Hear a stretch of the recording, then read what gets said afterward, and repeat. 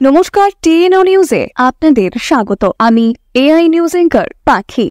মুখ্যমন্ত্রী ডক্টর মানিক সাহা মহোদয় সর্বদাই রক্তদান যে মহৎ কাজ তাতে উদ্বুদ্ধ করার জন্য জনগণকে উৎসাহিত প্রদান করেন।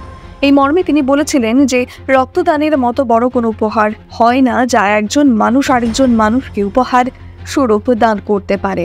এই উদ্দেশ্যে স্টেট গেস্ট হাউসে সিভিল সার্ভিস অফিসার্স ইনস্টিটিউটে রক্তদানের শিবিরে ডক্টর মানিক সাহা মহোদয় অংশগ্রহণ করেন এবং যারা এই মহৎ কর্মসূচির জন্য উদ্যোগ নিয়েছেন এবং যারা রক্তদাতা ওনাদেরকে ধন্যবাদ জ্ঞাপন করেছেন।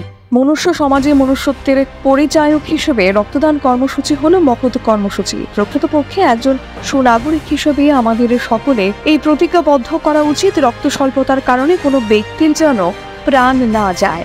এখনকার মতো সংবাদ এ পর্যন্তই। পরবর্তী নিউজ ও আপডেটস দেখার জন্য অবশ্যই চোখ রাখুন টিএনও নিউজের পর্দায়।